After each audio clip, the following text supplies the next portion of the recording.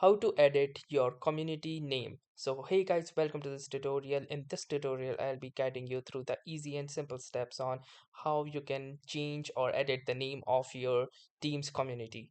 So in order to start, the first thing that you're going to do is launch your Microsoft Teams, and once your Microsoft team launches, you can see an interface like this.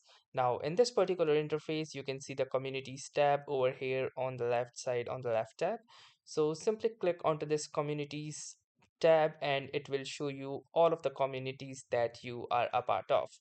So you will be only able to rename or edit the name of those communities of which you are a owner or an admin of. So I can see two of these communities here, and let's say I want to rename this particular community whose current name is random. So in order to rename this particular community, I can simply click onto these three dots just present over here over its name. And once I do this, I can see this pencil icon that says edit community. So let me simply click onto this edit community and I can rename it as per my preference. So let me name it wisdom, for example.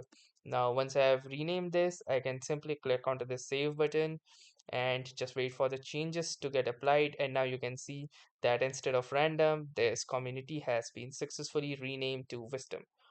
So that's how easily you can change the name of any team's community.